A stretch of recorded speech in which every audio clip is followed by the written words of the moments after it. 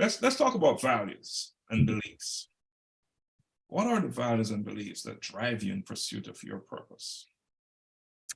The values and beliefs that drive me. Well, one of the values or sort of beliefs, or both, if you want to call it that, that drives me is the belief that the current society that we're living in is innately unfair and prejudice and is filled with all sorts of injustice that is intentionally put in place to create oppression and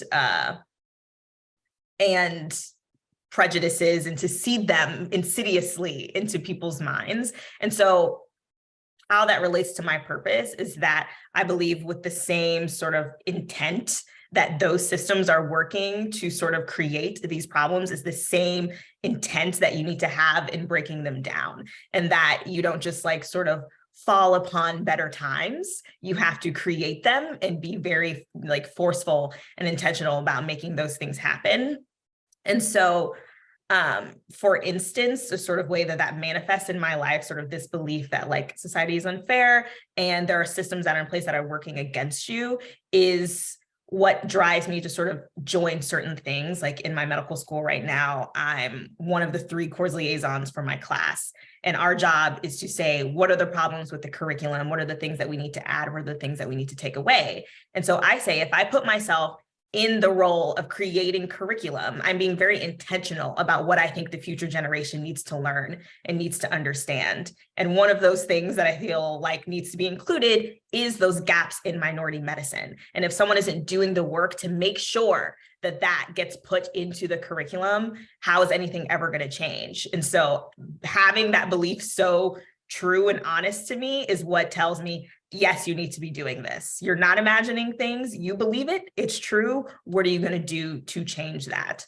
And the same way when it comes to sort of like values, one of the values that I have is sort of being in service of other people. And what are the ways that you can be sort of like a blessing or be in service to others that are not just sort of like donating, for instance, which I think is very important and it's something that we can do. But I think a lot of the times we get pigeonholed in the ways that we think that we can be of service to other people. If you're not doing community service or if you're not donating to, you know, whatever charity, then you're not being of service. But I don't believe that that's true. I think you can be of service in a lot of different ways on individual and macroscopic levels. And so that idea of service, that value of service is something that drives me to sort of like, even in my daily lives, sort of with like my family and with my friends, being intentional about the things that I'm doing for them. Am I taking the time to say, okay, this person is really stressed. What are the ways that I can relieve that stress? And what are the ways that when I'm bogged down with whatever stressors and worries that I have in my life, how can I take a step outside of that and use service for someone else as a way to make me feel better? It's actually so powerful to me when you're really caught up in your own problems. It's amazing how small those problems end up being when you focus on someone else. And when you say, okay, how can I actually do something for someone else? What are they worried about right now? And is there anything that I can do to relieve that worry? How your problems kind of go away. They just kind of go to the back of your mind because you're, you know, focused on someone else and how you can help them. So those types of things are like really close to me. And I feel like there's a lot of ways to do that on small and large levels. And I want to continue to be mindful of that type of thing.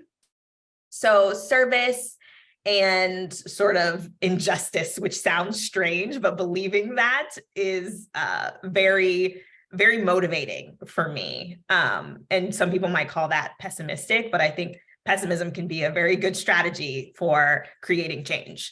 And that's another value that I have, sort of how am I going to create change? I think that can be very daunting to sort of say, what are the ways that I'm going to make a mark on the world, right? Like that, I think a lot of people want to do that. That's a lot of pressure though, to say like, I'm going to change the world. That might be a bit ambitious, but to say I'm going to change this person's life in XYZ ways and, you know, small actions can have large impacts. So believing those things to be true, that, you know, small things that you do for others can create change and can leave the mark that you want it to, as long as you're sort of intentional about it. Those are some of the beliefs and values that come to my mind right away. Yeah, we'll stick with those for now. Yeah, you said many important things there, but I just want to touch on a couple of things. You talk about, it's pessimistic, or is it realism?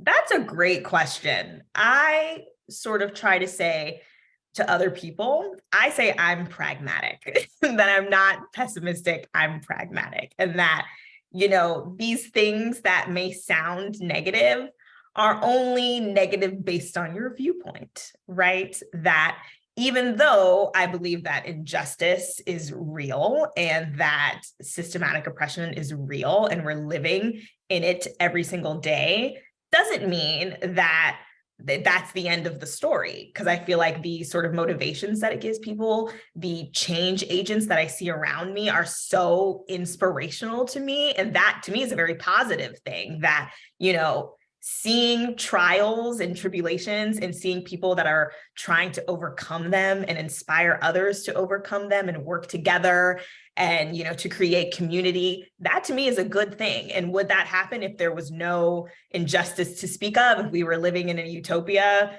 Like, maybe it would be great, but we don't know. We can only, live and make decisions based on the situation that we're in right now. And so I feel like those situations, even though they're bad things, they can also create really great, beautiful things and amazing communities as well.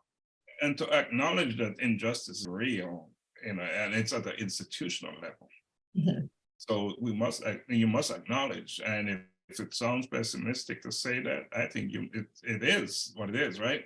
It is a problem that must be addressed, and we must first begin by acknowledging that it exists and must be dealt with. So it's real. It's just being realistic. It's not the same as saying a person is, a pessimist. By no means, So, and I think it's also important to understand that you can participate and make a difference in many ways. For all individuals, and we must find where we fit in, what works best for us. And I think that's a great, point that you made there.